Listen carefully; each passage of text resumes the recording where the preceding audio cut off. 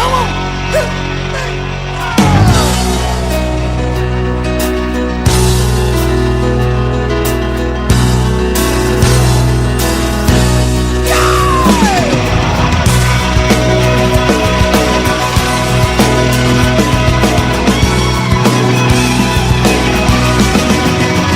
Well, good morning. Welcome back to the Broadcast Retirement Network. I'm Jeff Snyder. This is BRN Sunday for Sunday, November 5th, 2023. And we've got another great show for you this week as David Levine from Groom Law Group and one half of the Legal Eagles will be here to help break things down with new regulations and legislation and what's going on with Capitol Hill. And then we'll turn things over to Oliver Renick of the Schwab Network to help break down markets. So sit back, relax, enjoy this episode of BRN Sunday. I'll be here when you are ready. Roll with the change. Well, we are going to kick things off with a look at what is happening on Capitol Hill and some big announcements this week that we're going to get into in a few minutes.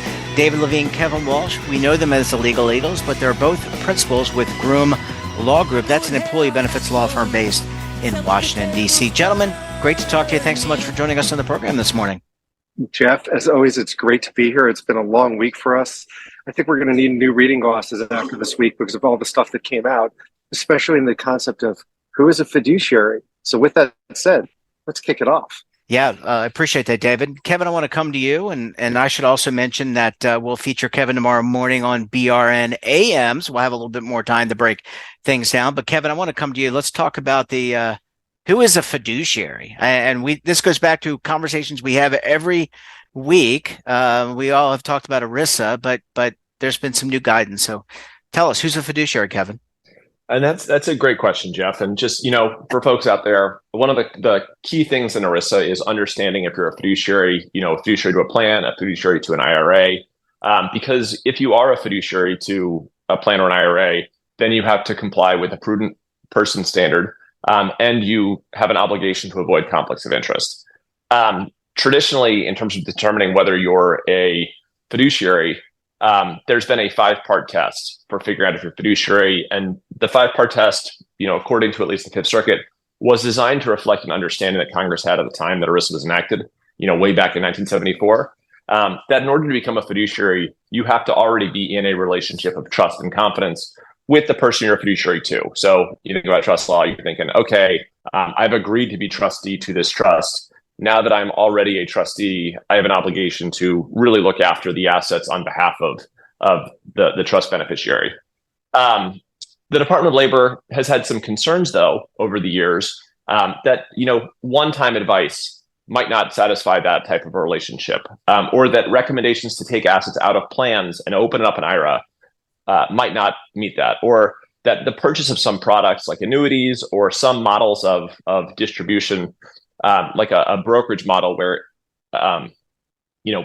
folks only get paid for completing sales of securities, may not be covered by, their regulatory system. And so this week, what happened, and actually just Friday, November 3rd, the Department of Labor published in the Federal Register a proposal which, would largely make investment professionals in the plan and IRA space fiduciaries when they recommend services or products to plans, to plan fiduciaries, to IRA and IRA fiduciaries, and when they recommend that people move from a plan to an IRA or between IRAs, regardless of whether it's just a single recommendation, so long as the person who's making the recommendation is held to some care standard. And by some care standard, I mean, regulation best interest for broker dealers, or the NAIC's best interest standard for annuity salespeople, or some of the state standards for distribution of other products. And so this is a sea change because, it really expands the scope of who's a fiduciary. And the test is, well, do you satisfy all of these prongs of a test to be a fiduciary? To the default now is, just about everybody would be a fiduciary under this proposal. So that's kind of the change they're proposing. It's not final. They're accepting comments up until January 2nd. And then, based on those comments, based on, congressional feedback and otherwise, the agency will have to determine if it wants to move forward with the final rule. And if so, if it wants to make changes. But, for this week, I think the discussion you teed off of, when is somebody a fiduciary? It's a core discussion to, the retirement space. And the Department of Labor is proposing pretty dramatic changes. Another week we can talk about changes to exemptions. But for now, I think we've the first test that anyone wants to know is, am I a fiduciary or am I working with a fiduciary? So, David, I want to come back. David, I want to come to you because if I am a plan sponsor, a record keeper, someone in the retirement ecosystem, wow, this is a lot to unpack. So I want to come to you to get maybe impact and your assessment of of where this applies. Sure. Let's go to like really basics here. This is major. This is the way it is written. And Department of Labor representatives have indicated, it's not, it's just harmonizing. It's major. It impacts across the spectrum. So let's go through each group to your point, Jeff. Let's start first with plan sponsors. For plan sponsors, the immediate impact until it goes live is limited.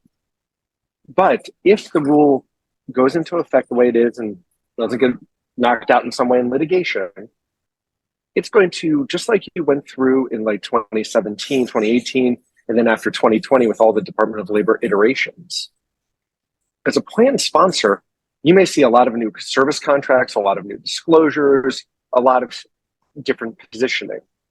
Well, maybe some people step back from certain services, maybe, and you're going to hear that in the comment letters.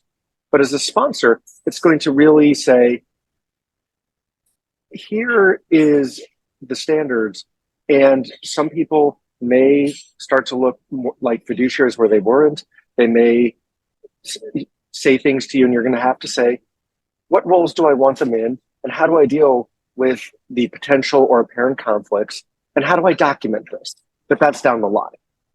The bigger folks that the group that's affecting are the service providers in the industry ecosystem. And you're right, we got to break it apart. Kevin already touched very briefly, for instance, on things like annuity providers and like annuity solutions. Big impact on insurance companies. There could be a lot of comments. If it goes forward, there will be a lot of design changes. Similarly, the proposal would also have impact on some of your advisors and intermediaries in these plans, because some of you do a combination of things. You may give assistance on wellness, you may do participant advice, you may be involved in other services, all these different things. If you recommend one for another, you might be acting as a fiduciary going forward under this rule, which makes it so expansive.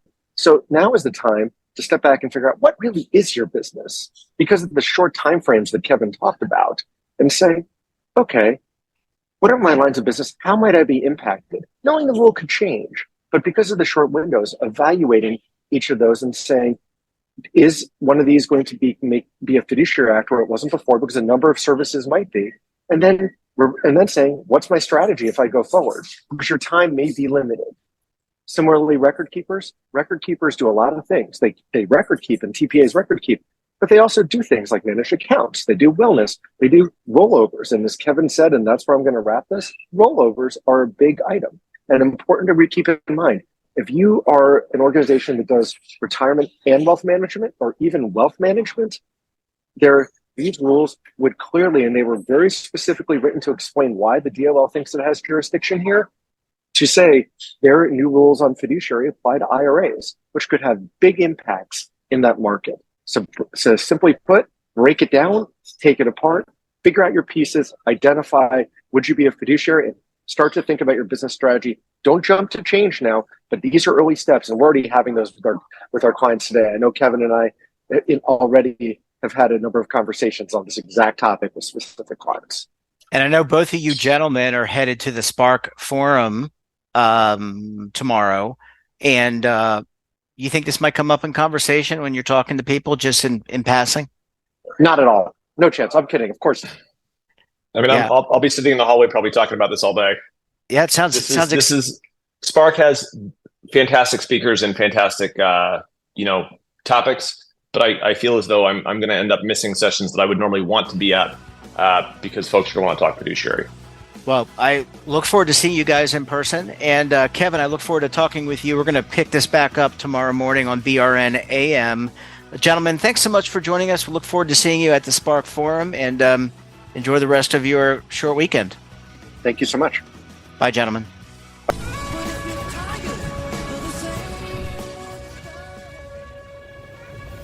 Imagine a new television network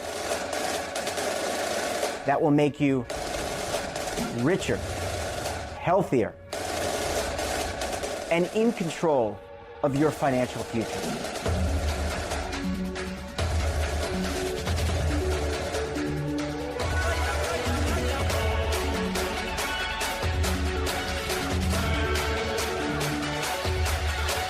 This network is for the policewoman in Nashville, Tennessee, the baker in Dubuque, Iowa, the teacher in Lexington, Kentucky.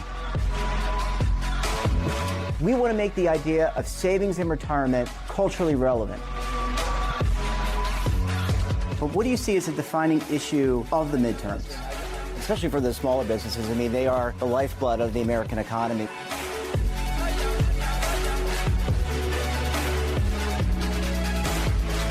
Featuring exclusive interviews, current affairs, and docuseries. 33 years old, you retired early. The philosophy is money only matters if it helps you live a life that you love. But you got to start thinking about retirement as soon as you get in. The Broadcast Retirement Network will drive very high engagement with premium partnerships. So this isn't retirement and savings for your parents or grandparents. This is for all Americans. And we're going to change the way you think about money.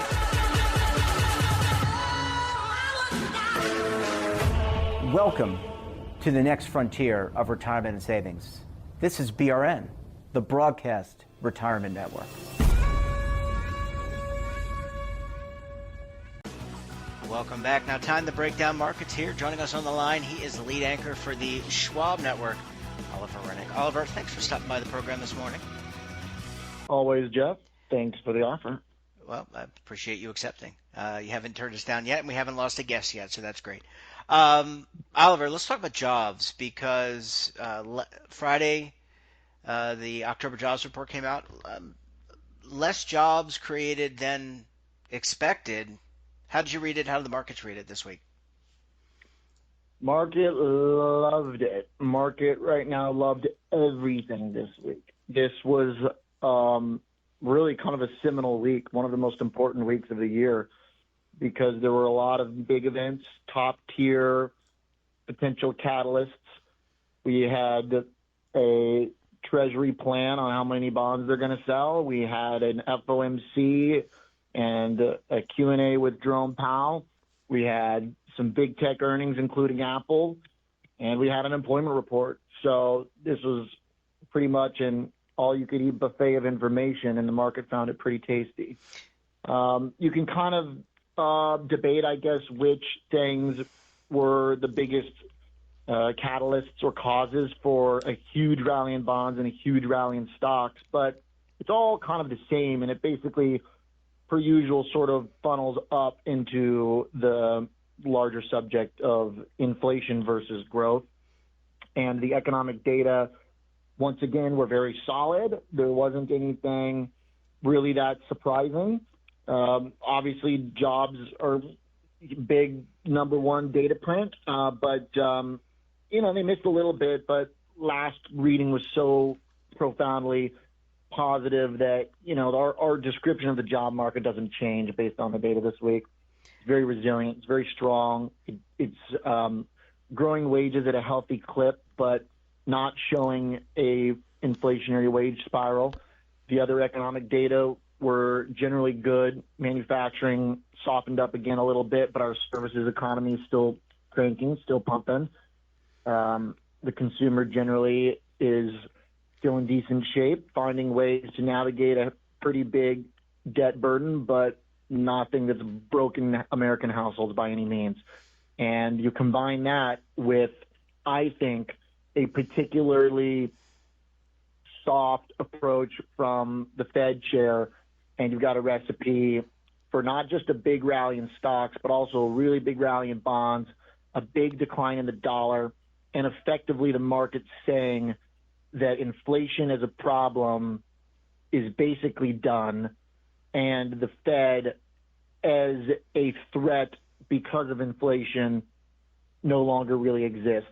And one can certainly debate whether or not that should be the interpretation, but just based on the charts, that's kind of what the market is saying, and it's saying it pretty loudly. Oliver, the market hates uncertainty. What you seem to indicate, don't want to put words in your mouth, I want to ask you, is it the predictability? Everyone kind of knew the Fed was going to do what the Fed said they were going to do, which is hold rates steady. The new job number, close, relatively close, didn't deviate so much.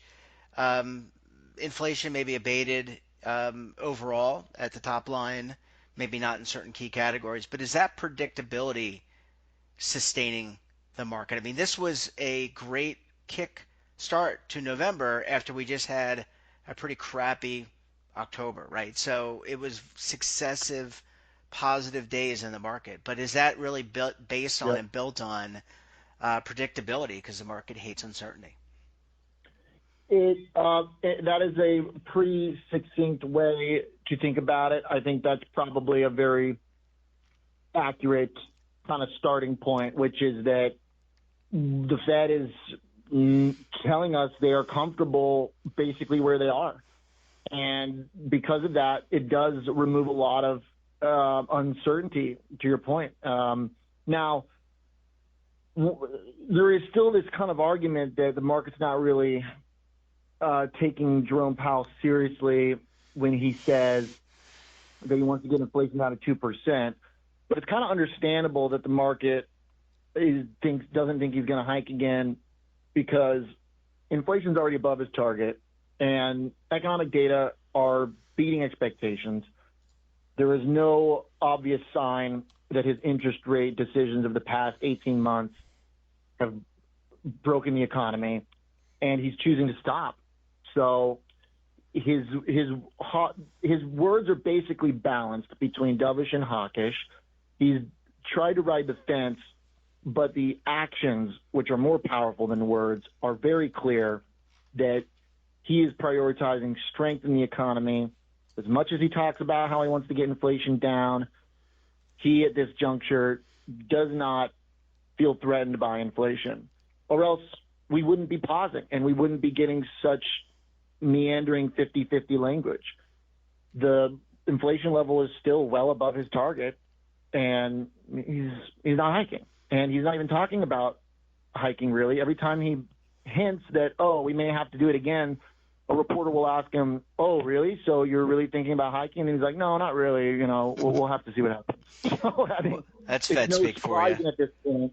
The big thing this week, in my opinion, is that he seems to embrace this logic that a lot of market participants have been offering, which is that the bond market is, quote, doing the Fed's job for them.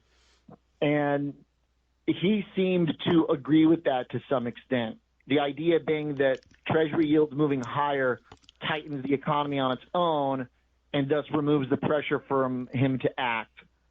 And his sort of implicit acknowledgement of that logic, in my mind, is a very big deal and also a pretty big mistake, because it really actually could very much be the opposite. This is kind of a separate, diatribe, but I can probably do it in like 60 seconds. The idea is that the bond market is selling off and yields are going up, which makes the stock market go down and to some extent does tighten financial conditions on its own. But the yield move that we've seen in the last 6 months is totally different than what happens when the Fed is hiking. When the Fed is hiking, the yield curve is flattening because they're straining the economy. Yields have been rising, but the curve has been steepening. And that is because the economy has been actually in a moment of acceleration and bounce back and strength.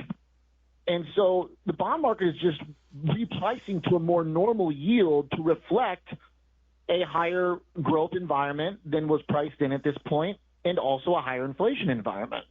And so if Powell says that thinks the market is doing his work for him, it's a very risky move by him because technically it's actually the opposite. When he hikes, when the Fed does their job, the curve flattens. And right now the curve has been widening out. So the bond market's not doing its job. It's actually more like been doing something like the opposite, or at least signaling that the opposite is happening. And guess what? I think I've actually already been proven out because in the 48 hours around his testimony, financial conditions have loosened. So, it's a very bizarre situation right now. And I think he risks making a mistake by following that logic.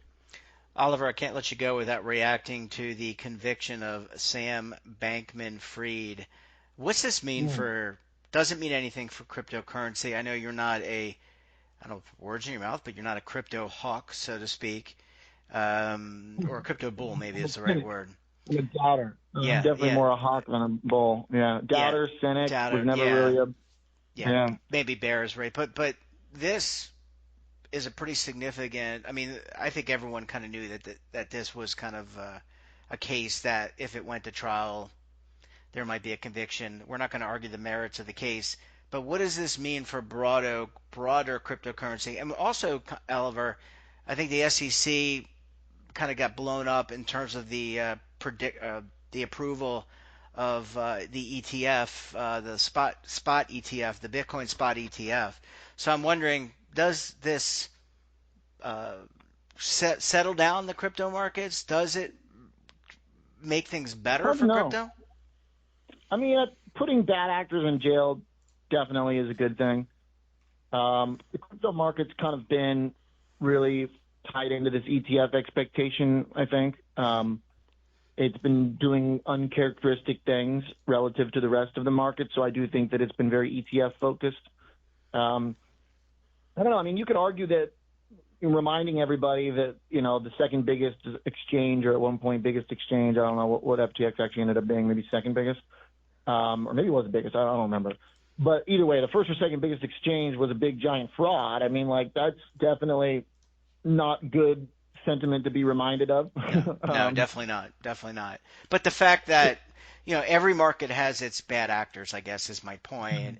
This is a nascent. This is a nascent. This is not a mature market, I guess, is what I'm saying. So, I mean, I guess it's all speculation, but there seems to be this, in my mind, seems to be very positive, not for Sam Bankman-Fried, but it's certainly maybe not for the FTX investors, but it's certainly positive in that you've taken out a part of the market that was negative and cast a very wide shadow. I guess we're going to have to see. I mean, I don't, this is probably its own segment, its own. I'm sorry. The thing for me also is that it wasn't just that he's a bad actor. It's that he was using the same tools to dupe people that crypto is built on, which is issuing tokens. People don't appreciate the role of the FTX token he was using on his balance sheet, which was completely worthless and intrinsically linked to his own fraudulent business. And that's like the whole baseline of crypto, basically, is issuing tokens that are worthless on the idea that people are just going to buy them because they think they're not worthless. So to me, it's a little bit of a, it wasn't just he's a bad actor. It was more of a reflection of just the systemic,